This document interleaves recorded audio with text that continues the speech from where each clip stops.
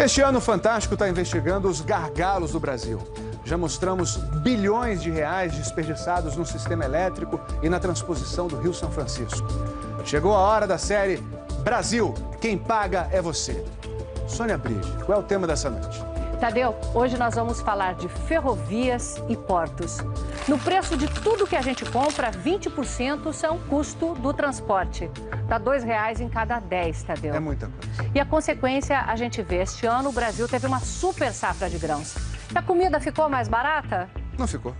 Isso porque o preço do transporte fica mais caro ano a ano. De 2003 até 2011, o frete desde a lavoura mais do que triplicou. É uma situação absurda, Sônia. E essa conta acaba sendo de todos nós.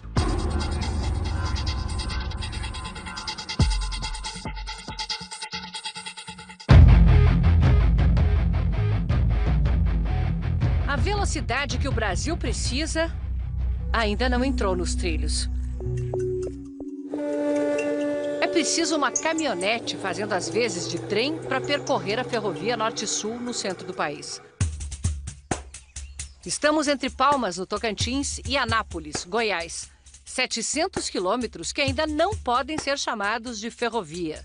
O país gastou 5 bilhões e 100 milhões de reais. E depois de 2 décadas, continua esperando pelo trem.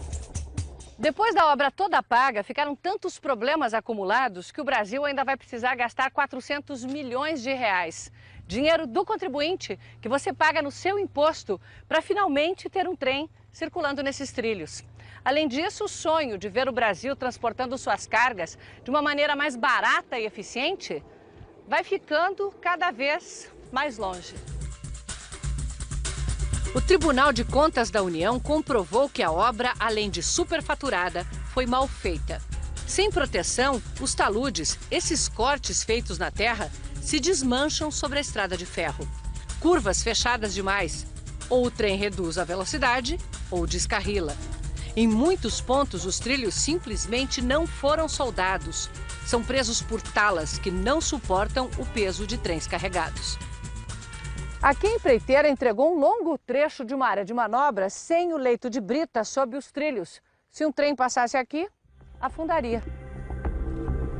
E tem mais. Não há um pátio de manobra sequer no caminho. Portanto, não tem lugar para permitir o cruzamento de trens que vão em direção contrária e nem lugar para carregar ou descarregar. São mais de 700 quilômetros desde Palmas, no Tocantins, até aqui, já dentro do perímetro urbano de Anápolis, em Goiás. E aí, faltando apenas 6 quilômetros para chegar ao pátio de manobras e ao fim de linha. Não que esse pátio exista. Depois do túnel, tem o espaço e as pilhas de trilhos que, de tanto tempo estocados, estão perdendo a garantia. Para o IPEA, o Instituto de Pesquisas Econômicas Aplicadas, esse é o tipo de situação que o Brasil não pode mais permitir se quiser se desenvolver. É hora de fazer bem feito, agora. Porque não adianta fazer um projeto vagabundo, começar uma obra e daí a pouco isso dá com os burros na água, né? Ou com os trilhos frouxos, literalmente. Ou com os trilhos frouxos. Ou trilhos moles. Só agora o Ministério dos Transportes constatou que o aço dos trilhos comprados na China não tem a dureza necessária e, por isso, a capacidade de carga deve diminuir. O prejuízo é contabilizado dia a dia pelas empresas do Distrito Industrial de Anápolis. Só desta aqui saem todo mês caminhões que percorrem 300 mil quilômetros fazendo entregas. O transporte hoje para a nossa empresa representa em torno de 30% do custo final do produto. Com a ferrovia, o custo poderia cair, criando as condições para expandir os negócios. Nós vamos crescer, em média, 30% ao ano após a ferrovia estiver funcionando. Para o atual presidente da Valec, a empresa do governo encarregada de construir ferrovias, a obra atrasou e ficou tão mais cara porque foi feita sem um projeto executivo. Não necessariamente aquilo que foi feito a mais significa um dano ou um prejuízo ao erário, mas evidentemente uma falta de planejamento. Tá? Eventualmente você pode ter má-fé e algum desvio na obra que a gente tenta coibir de todo jeito, mas uma falta de planejamento pode dar vazão a isso, sim. Agora a Valec fará os projetos antes de qualquer nova licitação. Mas parece impossível ter chegado até aqui numa obra que começou há 26 anos, ainda no governo Sarney. Eu acho que nenhum presidente terá condições de interromper esta obra. Mas parou. 18 anos. Retomada no segundo mandato do presidente Lula, continuou sendo feita sem projeto. Hoje, o governante toma a decisão de fazer e aí é que a máquina vai preparar aquele projeto para ser executado. Como a sociedade está ansiosa, você acaba comprimindo a preparação do projeto e para começar mais rapidamente a obra. Para o Tribunal de Contas da União, isso é uma porta aberta para a corrupção. Quando a obra já começa assim, com um projeto que se sabe que não é o projeto adequado, já se cria um clima de desorganização, que favorece a pessoas, fraudes, corrupção, que se favorece a tentativas de ganhar indevidamente por meio dos chamados aditivos.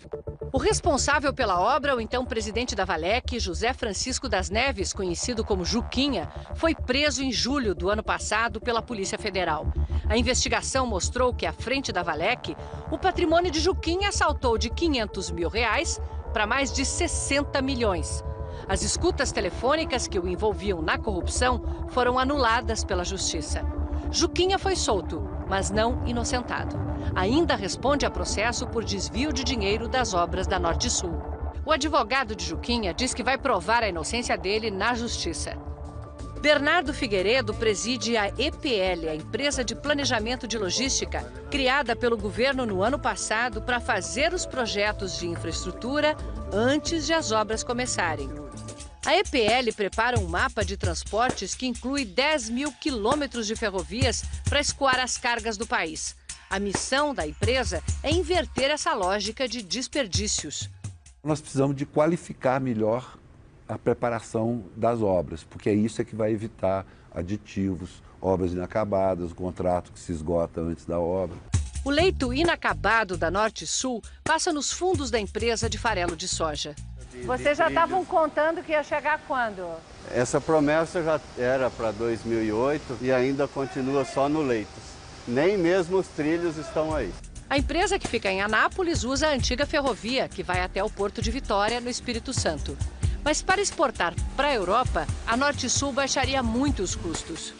Entre você mandar o produto hoje para Vitória ou mandar para o Porto de São Luís, você teria a economia de 4 mil quilômetros de frete marítimo.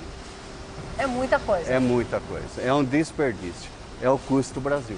Uma espiadinha no mapa deixa claro. Saindo daqui para embarcar tanto em São Luís quanto em Belém, já estaria a meio caminho da Europa. Ou do Canal do Panamá, de onde seguiria para a China.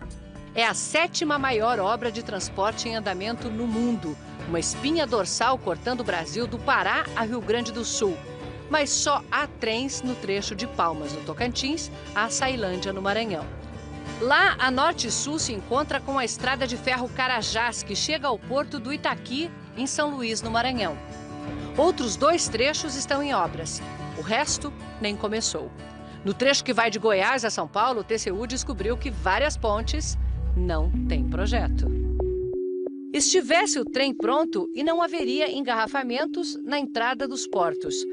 A maioria dos caminhões que está no pátio de espera do Porto de Santos saiu do norte do Mato Grosso.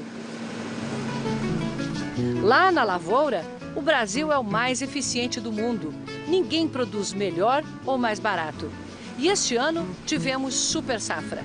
Mas depois de 2 mil quilômetros da estrada, o custo do frete já consumiu 30% do preço da soja. E vai ficando impagável com os atrasos. Em Santos você tem que esperar para descer a serra, fica até 5 horas para descer a serra. Quando chega no Ecopátio, fica 2, 3 horas para entrar dentro do Ecopátio. O Ecopátio é um estacionamento onde eles esperam vaga para entrar no porto. Depois que sai do Ecopátio, muitas vezes você pega 3, 4 horas de fila para chegar dentro do porto. Chega dentro do porto, tem engarrafamento também. Todo mundo perde.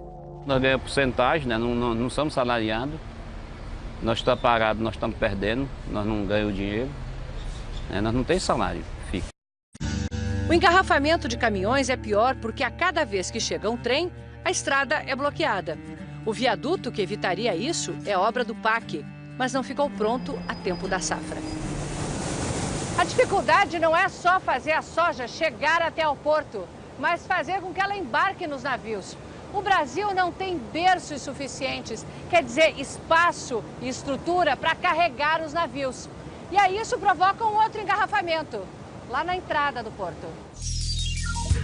Um sobrevoo na aproximação do Porto de Santos mostra o tamanho do engarrafamento. Mais de 80 navios ancorados na fila para atracar. Eles vão esperar, em média, uma semana, a um custo de R$60 mil por dia. Essa é uma das razões para que, entre os BRICS, o grupo de países emergentes mais ricos, o Brasil fica em último lugar em qualidade de portos e ferrovias. Se você olha praticamente todos os portos, temos filas. Filas e filas de navio. Dentro das baías, fora das baías. E isso daí alguém paga, nós pagamos. Não há dúvida que nós pagamos.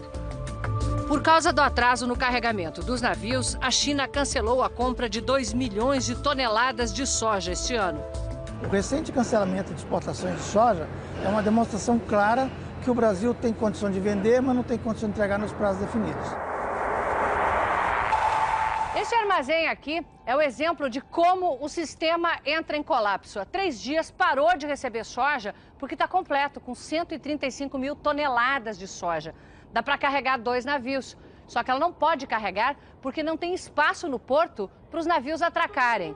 Vai ter que esperar mais 15 dias para começar a carregar e a receber nova soja. A empresa dona desse armazém divide apenas um leito com outras 3. Assim, só consegue carregar 2 navios por mês.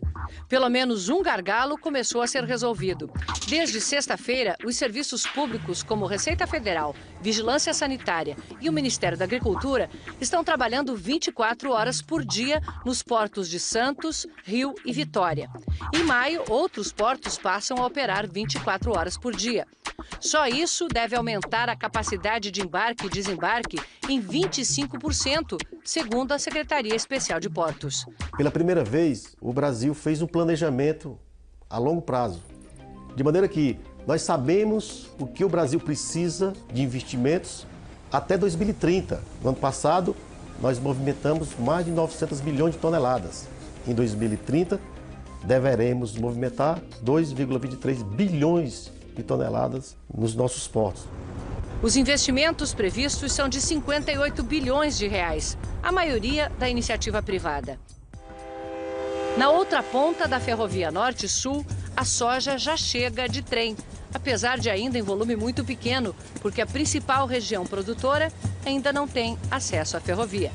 Aqui no Porto do Itaqui, no Maranhão, o problema não é a falta de berços. Esse aqui é novinho, ficou pronto em dezembro. Só que não pode ajudar a escoar a super safra, porque não tem armazém para estocar os grãos e nem esteira para carregar os navios. A obra do terminal de grãos ainda está na terraplanagem. Ao lado, num terminal privado de uma empresa de mineração, mais de 3 milhões de toneladas de soja chegam de trem todo ano. É fácil ver como é mais eficiente. Um trem de 80 vagões é descarregado em 8 horas. A mesma carga precisaria de 240 caminhões e 60 horas de descarga. Só que para embarcar no navio, essa soja precisa dividir esteira com ferro. Quando um embarca, o outro para. A empresa está construindo um armazém e esteiras para duplicar a capacidade de embarque. A carga de contêineres também enfrenta problemas. No Porto de Santos, muitos navios, depois da espera, saem com espaço vazio nos porões, porque por falta de dragagem, a entrada do porto é rasa demais e não permite carga plena. O operador do terminal diz que seus preços de operação são competitivos, mas aumentam muito por causa do acesso dos navios e dos caminhões. O custo, então, está em chegar e sair do porto? O custo está exatamente em chegar e sair do porto. Se você fizer um comparativo, o custo de um transporte de contêiner de São Paulo para cá custa mais ou menos R$ 1.200. Isso equivale a $600. Com $600 você atravessa a costa americana, da costa leste para a costa oeste. 4.300 quilômetros pelo que pagamos por 120 quilômetros. É que lá vai de trem. Se a ferrovia Norte-Sul estivesse pronta, o Brasil também sentiria o impacto de redução de custos. E, em vez de esvaziar, encheria os cofres públicos. De 2007 até agora, teria faturado 12 bilhões de reais, suficientes para pagar a obra e lucrar 50%. Quanta ineficiência, né?